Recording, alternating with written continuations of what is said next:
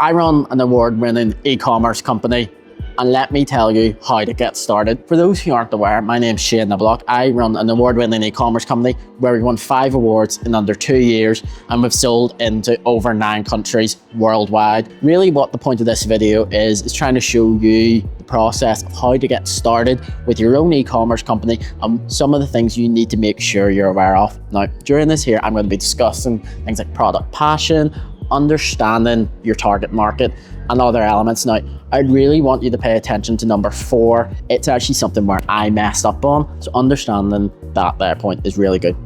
But let's get started. Most important thing I could argue you can do with this here is having a product you're passionate about. Now, this can be something that's really obscure and is almost niche down to you, but it can be anything from sunglasses to jewelry. If you're really into animals, it can be some sort of pet nutrition thing, something where you really enjoy and really like. Look into it, find out what it is, and that's going to be important. The reason why I emphasize this so much, and the reason why I start off with this particular point, is you are going to spend hundreds and hundreds of hours on the most minute details to do with this product.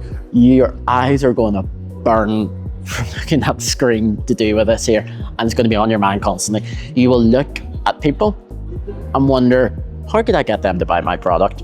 Like, we're shooting this here and we've just went past a load of what my target market would be, and I'm wondering, going like, how can I get them to buy my product?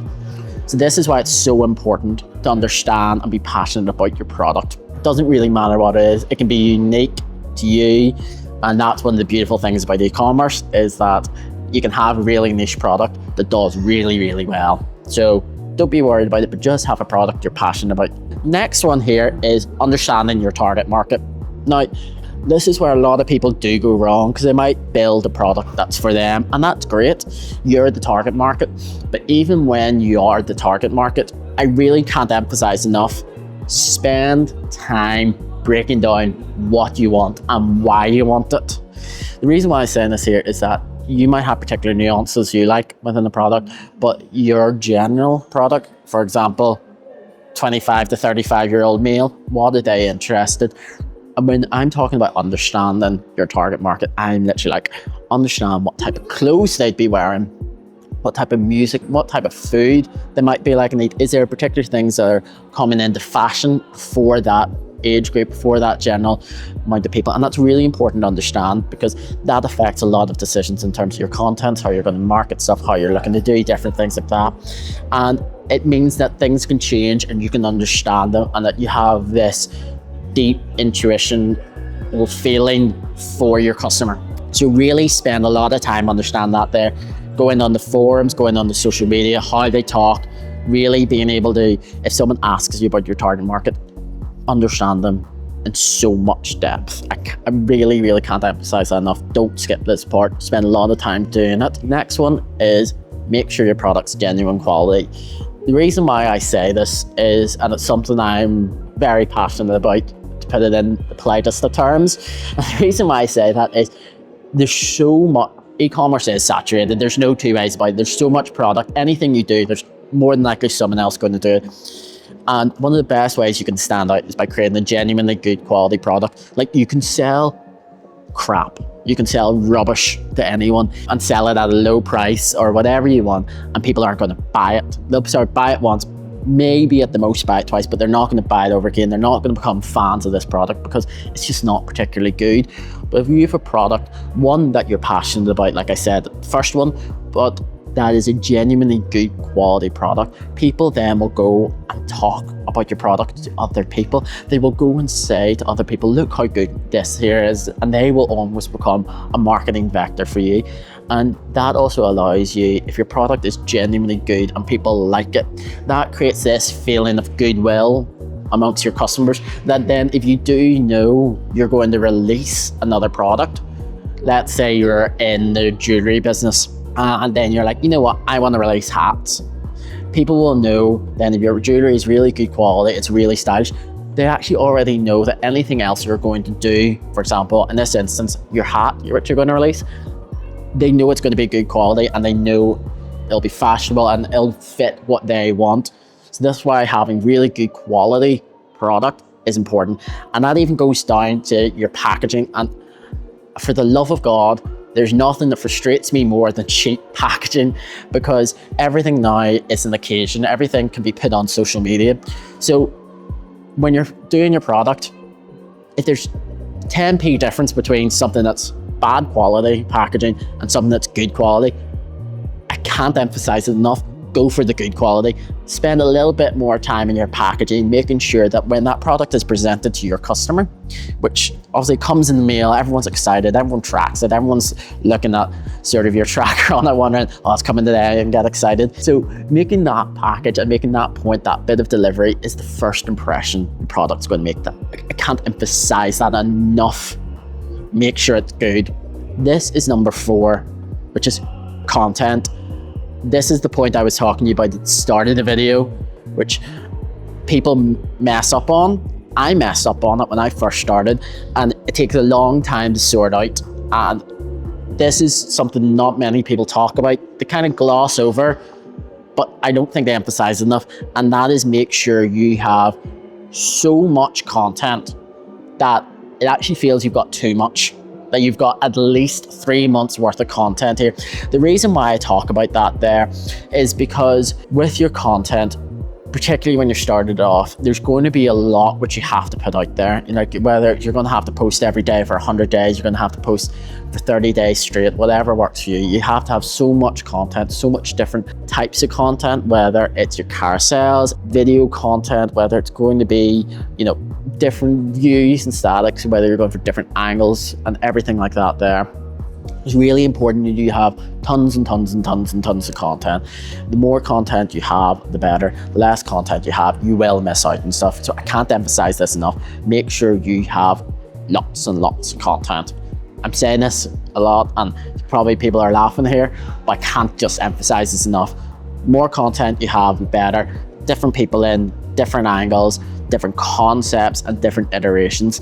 And what will then end up happening is you'll be able to find out what works a lot quicker. You'll be able to get the right engagement, because when you're putting stuff out on social media, you're just not sure how things might land. You might think it'll land really well, but sometimes it might not. It's really important when you have lots of content out there that you find out what works, and then when you find out what works, you can create different iterations of it, and you can have that type of winning social media content, which we talk about. Now, speaking about social media, this is my next point. Spend time in your social media. This got described to me very early on by a good friend of mine who, funny enough, actually doesn't sell anything on e-commerce, but she was describing it as how she views it, is that your social media grid, your Instagram grid, particularly if you're an e-commerce company, is almost your storefront. It's your storytelling element as well. So make sure that when you're spending time in your social media, that your grid, for example, looks aesthetically pleasing. It's getting across what you want your target audience, when they look at it, feel some sort of connection with it. There's a number of companies who do really great things, and almost within their grid, they don't actually sell their product as such. Like, it's not, go in here, look at this product we have, it's selling for $10.99 or whatever like that there. They're showing the product in use, but in a way the customer can connect and look at it and go, that could be me. Or they're putting up, for example, quotes on their grid which connects them. So particularly if you're targeting female audience, something that might feel what they're going through at the moment, something they can relate to, and the customer feels that they're like, this company understands me. That's really, really important. Now, understanding your social media is also important, because you need to, particularly at the start, find ways to help the algorithm find your ideal customer. That means you're going to have to spend time every day actually reaching out to customers, commenting on customers. So whether you're aiming for sports, you're in the sports field, whether it's supplements or not, commenting under the type of sports stars who you know your customers follow on their feed, just so that your algorithm begins to know, right, this is the type of thing they like, this is the type of thing they're interacting with, and then it starts to direct your content towards that. Now, the last point here is ads. And the reason why I leave ads to the end, and a lot of people will put them first, is because I actually think In ideal circumstances, if I was to start back again, I would actually run ads a bit later on. The reason why is that there is you want to build up this organic audience first, which I've talked about through the content and spend time on your social media. It's really important to do that. And the reason why is ads is extremely costly and it's actually just getting more and more expensive. So you need to find the right way to do ads, which takes time. Your algorithm and your page needs to find the right people to target with your ads. And when you're starting off, the algorithm is just going to throw usually the ad out there. Now listen, Meta is a multi-billion pound company. It's over $1 trillion at times, depending on the stock market. So it's really important though that even while I have all that there, you give it a helping hand. So letting the algorithm know which type of people you want to connect with and which people you don't want to connect with. It's all done through the organic. So this is why when we're talking about the ads, which is where you will be giving Meta a lot of money and you will spend a lot of money on when you're running an e-commerce business, you want to set it up for the best way of success. So ads are an iteration process. So once you've got that organic set up, you then launch your ads. You'll be launching a variety of ads and variety of different content ads. And what I mean by that there is don't feed the algorithm the same thing over again. Give it lots of different reels, different angles, different concepts, your occasional static, put in a dynamic product ad, a carousel ad, be giving it lots and lots of stuff there to allow the algorithm to help that ad find the right person. So that's my process of how, if I was to start off again, how I would get quicker and faster to the position which I'm in now. So this is something I've used with people I've taught as well. And if you're interested in working with me on either a sort of a one-to-one basis or a one-off consultancy, feel free to drop me a DM. My Instagram is down below. And yeah, I would love to work with you, help you in whatever way I can.